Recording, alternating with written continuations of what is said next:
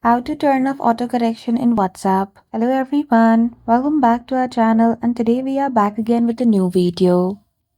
So without any delay, let's get into it. For that, firstly open WhatsApp application. Now in order to turn off autocorrection in WhatsApp, you simply need to go to the device setting. So go to the device application, scroll down, or you can simply go to the search box and type autocorrect. Or here in the keyboard, go to setting at the top. You can see this option beside microphone. Click on it and go to text correction. Here simply toggle off the feature of show suggestion strip, and in correction also toggle off the feature of auto correction. Once both these features are off, you can simply see that no longer you will be able to receive the auto correction of your text. So that's it.